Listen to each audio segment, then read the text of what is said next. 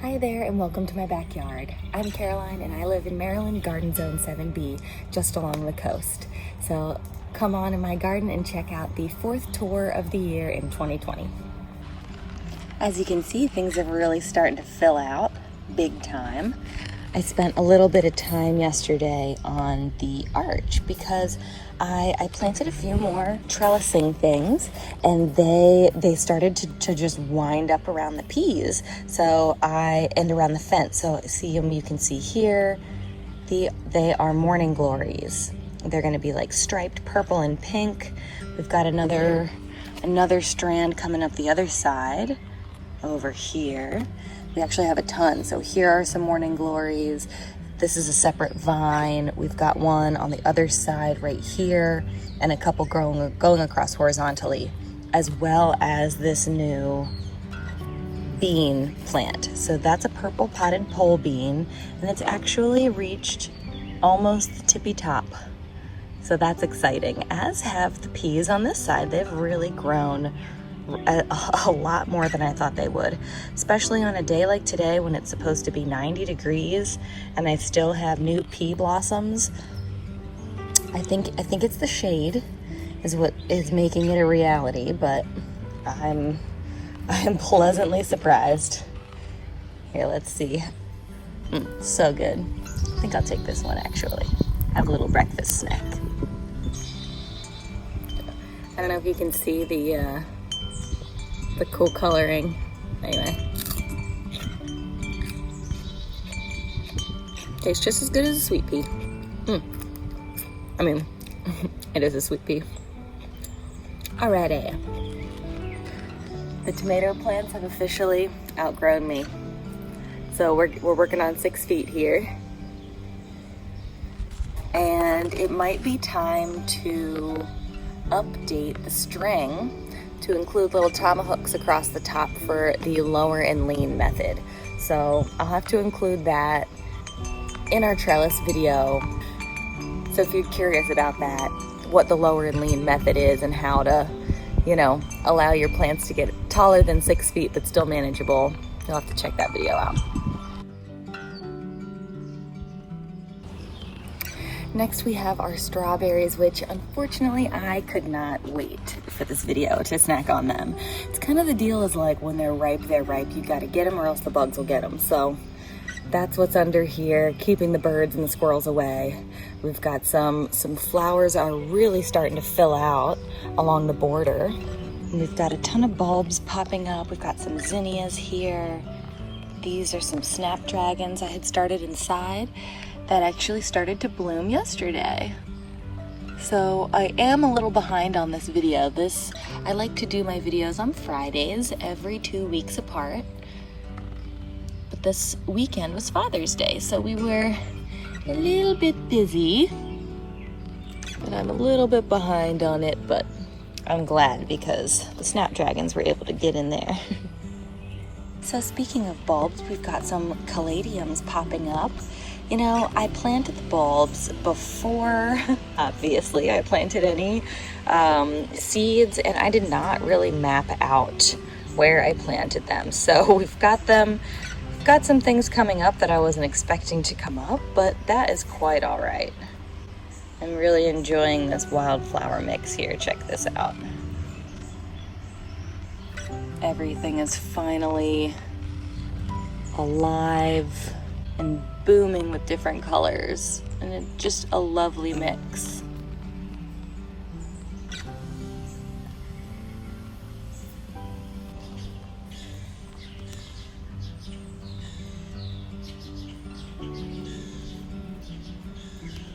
And then these, I don't know why, I was expecting these to be huge. In my mind, they were going to be as tall as the fence, and these were going to be much bigger flowers, and while they're still beautiful and lovely, they're so much smaller than I was expecting them. They're darling. I believe they're called kiwi blue honeywort, and they're known for their like silvery blue foliage, as well as these adorable little bell-like blooms. and they're actually a relative of borage, so it should be rather irresistible to our pollinators. So hopefully we'll see some activity on these once the sun is really shining.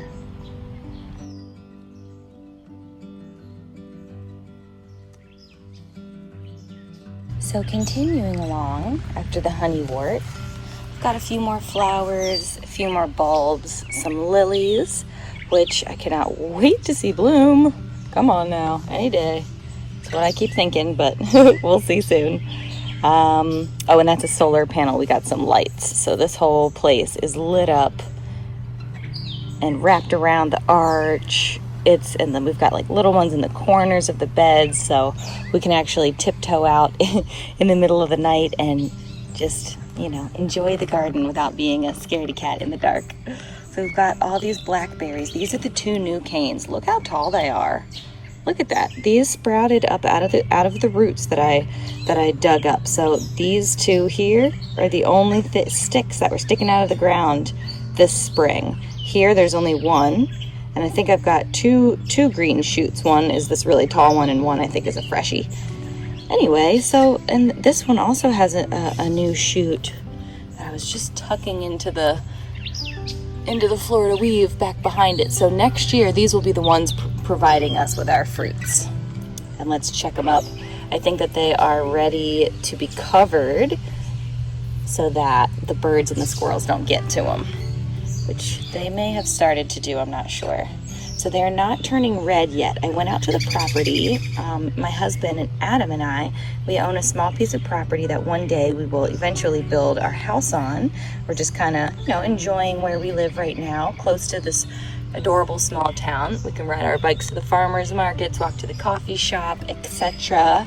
It won coolest small town in America a few years ago. Check it out, Berlin, Maryland. So I dug these up from our property, and I went out there to the property to check out the wild blackberry situation, how they are doing, because I believe they get a lot more sun than I do back here. And they are I saw a couple of them were starting to turn red. So it's about that time. Usually our first harvest is around July 4th. That's sort of when I have those photographs in years past of ripe blackberries ready for picking. But this year we had a bit of a cold spring, but that's okay. It's going to be 91 degrees today, so don't worry, the weather is making up for it. And all these flowers are actually our radishes, which have started to bolt, and they are creating these seed pods. See right here? This will become this big fat pod where I can harvest some seeds from. Let's see, these aren't really getting very big yet. I'll have to show you an example. I have some that have been developing their seed pods all year, so I'll have to show you how big they can get. And an update on the asparagus bed. We've got a couple more shoots that just keep popping up daily. Oh, like this guy. This one must have came out yesterday. So you can see how quick they change. Like this one shot up yesterday, clearly, and it's already starting to sprout out. This one was maybe this weekend it shot up. So it's kind of crazy how quickly these things get to be real fluffy. And an update on this one. This one broke. So you're not supposed to harvest within the first year, sometimes 2, depends on your variety, when you plant asparagus roots. And one of the shoots that popped up had broken. So I was worried the plant would, waste energy by sending up another shoot. And, while it did, it here, actually, this is the broken piece. It's still connected. And look, it's split into 2, which are big, fluffy pieces back there. So that's cool. It didn't send up a new shoot entirely. It just recognized what happened and sent out 2 more. So I wonder, when you harvest them, when they are ready, then will that cut end divide into 2 more? Is it like that, a constant harvest? Because that's cool. I like that if that's the case. Oh, another one. Oh no, it's just from this big guy. This one does not stop growing. It's huge. It's just snaking around. I don't see any more new ones over here. Ooh, we got our flowers are getting big. These sunflowers are kind of sad. They do get a lot more sun than you see right now, honestly. This little pocket of sunshine is usually on this all day long. And the taller they get, the more sun they get, especially out here. But they have like the skinniest, weakest little stems. Look at that. Look, somehow that one's still growing. I don't know how. This one broke and finally gave up. This one, is it this one? This one's like missing half of its stem. I don't know how. I don't know. This is my first year growing sunflowers, and maybe these are just not the right variety to start. They're like red velvet, red something. I just thought they would be pretty, but they are not very strong. So, same with these snapdragons. They need some help. They just can't stand up on their own. They can when they're about this big and when they start their blooms, but as soon as they open, oof, they just go down. Maybe I can create a little grid work to keep them happy. We'll see. These eggplants, nicely chewed from when I first installed these trellises here. And I believe the bugs are gone, but the holes will remain, and they'll continue to get big as the leaves get big. That's all right. Creates a nice pattern for me. This is the lemon squash. They're getting huge. I'm thinking of creating some like, just adding a halfway support around these, you know, like right there. Just to kind of have something to weave them up on, because they're starting to sprawl. And then speaking of sprawling, these beans, they are out of hand. They have run out of room at the top of the trellis, and I keep weaving them back in, and then they keep weaving themselves back up, so the top is really thick. But what's really cool is that it finally started to bloom. Look, little flowers. I've been wondering, it's been growing like a weed, but it hasn't been producing any beans. So finally we've got some blossoms. Oh, look. Where's the big one? There. Look. Cool. Oh gosh, it's too many leaves. Yeah, look at this mess over here. It's just winding up on itself. Yeah, I might have to spend a little time just unwinding and rewrapping. That's what I did with the trellis. It just needed a little help. It knows what to do. Sometimes you just need to guide it there. Then next we've got our watermelons. They've grown a little bit, but they're not really trellising, not really doing too much.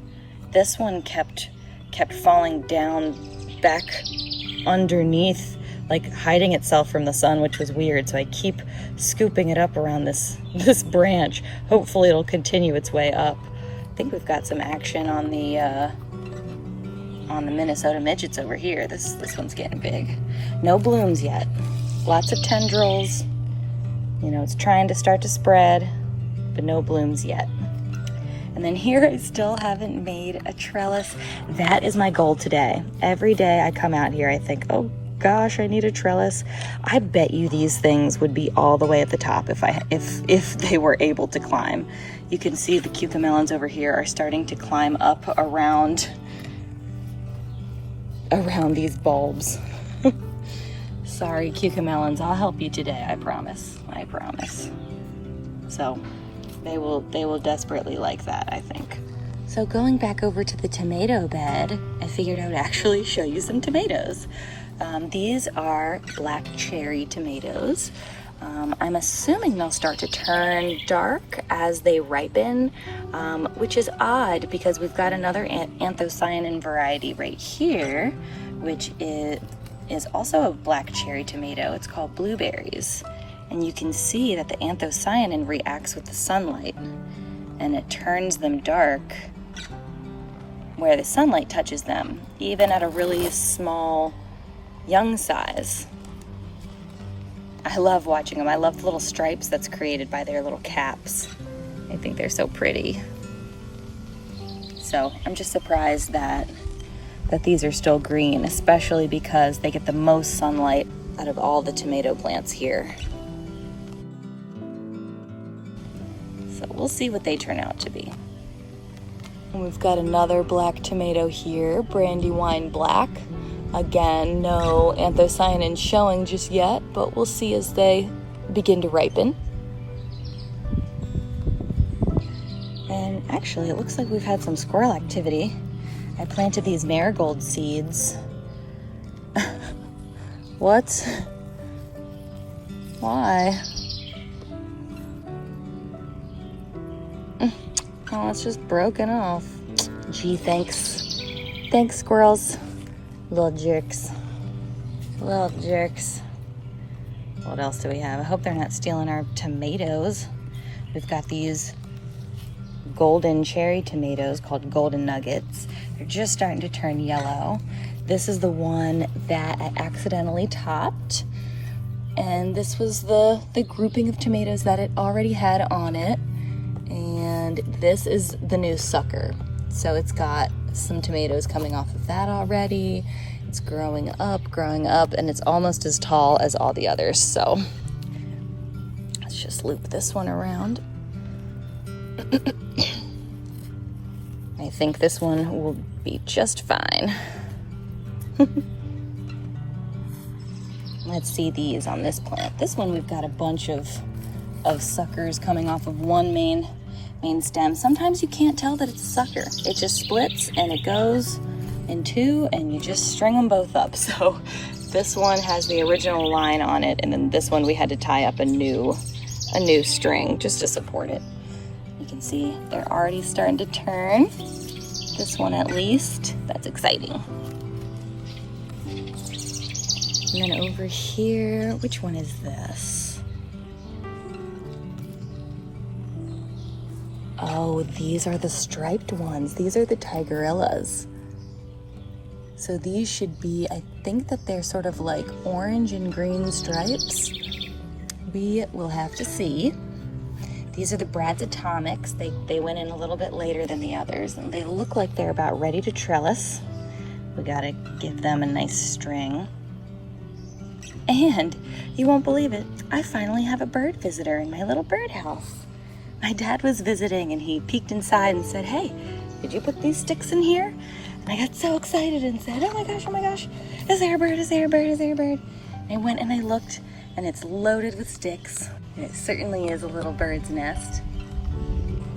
And one day, when I was picking little caterpillars off of my broccoli plants, I came across a really big one.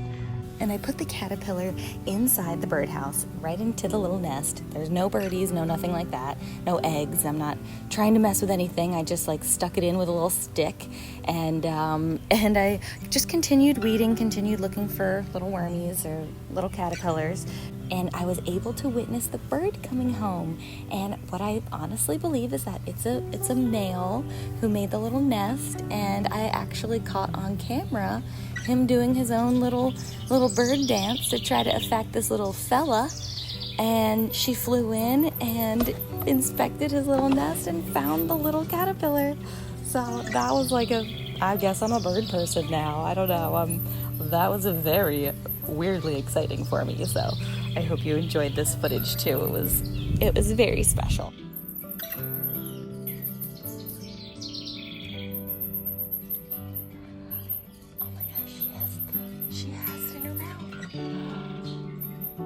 She's holding the green.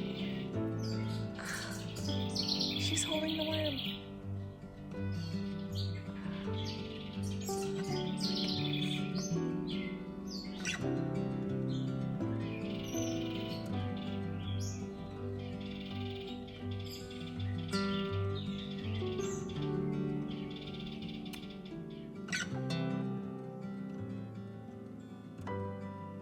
And that takes us to the next bed of peppers.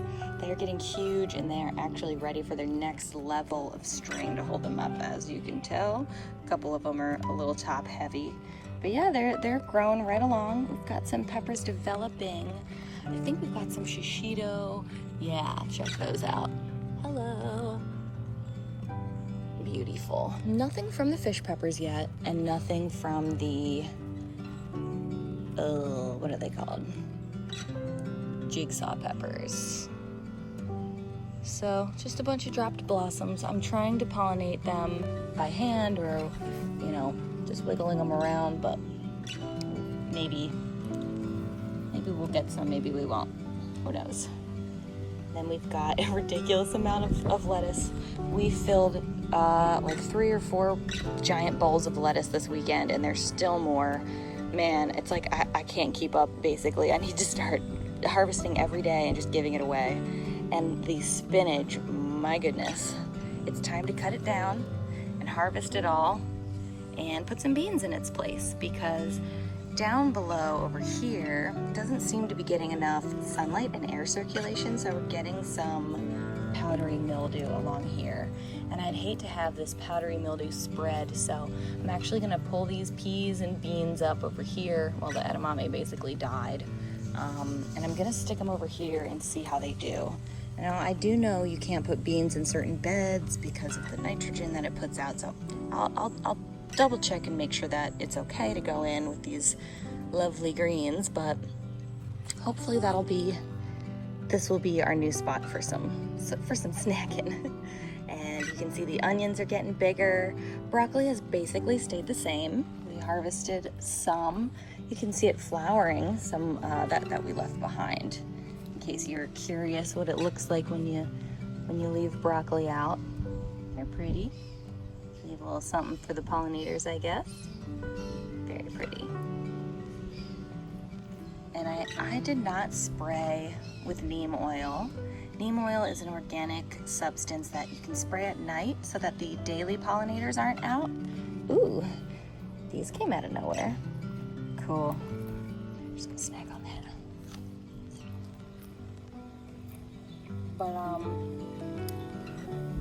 But everything looks fine. It's something that you should spray on at night. That way the happy pollinators during the day don't come and be affected by it. So it's part of me keeping forgetting and part of me saying, everything's fine. They're fine. So I think it's time that we address the broccoli situation. It's time to cut some things back, especially heads that have already formed and have already given us plenty of food. I think it's time to get this guy out of here to allow for the other plants to have more growth. And check out the size of their leaves. And my poor onions. They don't stand a chance back there. Look at all those leaves. So I'm thinking of really pruning these back. If you have any suggestions, let me know. And then the potato bed is out of control. We're just letting it do its thing. Some of them are getting brown, so it might be time here soon to be harvesting some potatoes. And yeah, because it's a bit extreme. I can't even walk in between the bed over here. This is the path. And it is impassable. But the one thing I'm really loving about these potatoes are the flowers. I did not know potatoes had flowers. They're beautiful. Oh, purple, shut up. Yeah, I guess shut up is my reaction when I'm surprised. I didn't know that till these videos. Oh, cool. Wonder what variety that is. Now these are the potatoes that we just had on our counter. They're organic grocery store potatoes, so that they don't have root inhibitor enzymes on them, and we just stuck them in the ground. You know, whatever, we maybe like ate half the potato if it was still good, and the other half, if it had some little eyes poking out, like, you know, a good amount, then we saved that portion and planted them in the ground. So I'm excited to give those a try for sure. And the carrots are getting bigger. They're at like a pretty cute size right now. Let's find a good one. Let's see. That one looks pretty decent. I'm trying to leave these big guys behind so we can really see just how good they're gonna be. But something back here, let's give this side guy a try. Yeah, that's cool. That's a little on the smaller side for what we've been picking out of here, but I'm trying to leave them. They're kind of a novelty thing, so whenever anybody comes over, expect to pull a carrot out, because there's nothing makes you feel more like a kid again than snacking on a carrot straight out of the ground. And I couldn't leave you guys without showing you the container garden over here. We have a new addition, and it's blueberries. And I noticed some critter keeps eating them, so I put this this netting around it. And then today I find out the critter is my dog, and he's sitting here going like this, and he's just sitting there sucking on them. Like, what? That dog, he keeps me on my toes, I tell you what. So check these out. These are starting to turn, and here's a nice ripe one that I'll pick. Yes, yes, ma'am. Hello. This is our third tomato of the year.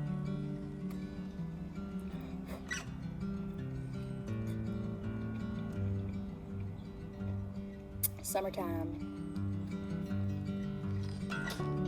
Before I go, I wanted to show you one more tomato plant. Now this is the Cherokee Purple, and we had a fasciated blossom, which means 2 or more blossoms fused together. And we weren't exactly sure of what the blossom looked like, and we couldn't exactly tell. We've never seen one before in person, but once it formed its fruit, you can definitely tell. So check this one out. So it's right here, and you can see how it's 2 tomatoes fused together.